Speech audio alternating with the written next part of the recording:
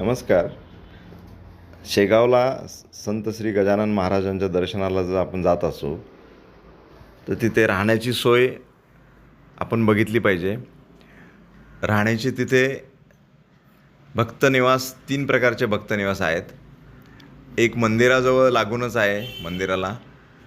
दुसरा 2.5 ते 3 किलोमीटर अंतरावर आनंद विहार नावाचा भक्तनिवास आहे.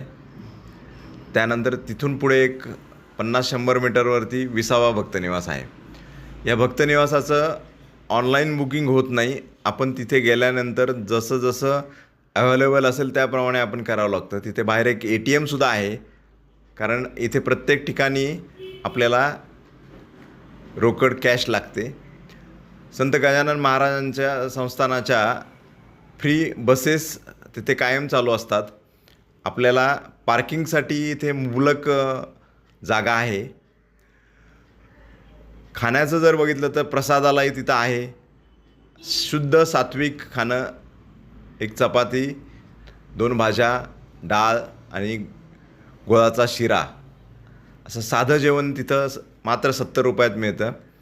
संध्याकाळच्या वेळी बघितलं तर आनंद विहारला एक पांडुरंगांचं एक मोठं शिल्प आहे आणि त्या शिल्पावरती बरेचसे संत मंडळी जे मेन होऊन गेले महत्त्वाचे महाराष्ट्रात, त्यांचं शिल्प तिथे आहे.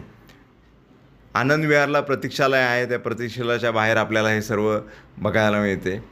आनंद विहार, 20वा आणि मुख्य भक्तनिवास असे 3 भक्तनिवास राहण्याच्या सोयीसाठी शेगावमध्ये आहेत.